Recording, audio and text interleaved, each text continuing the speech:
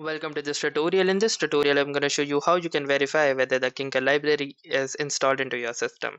So in order to verify the presence of Tkinter library, what we are going to be using is the VS Code.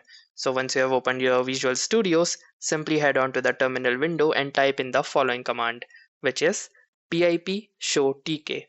Once you have typed in the command, hit the enter button, and here you can see that it has written me with the name, version, summary, as well as the location of the package, which means that the Tkinter library is installed in my system and is present.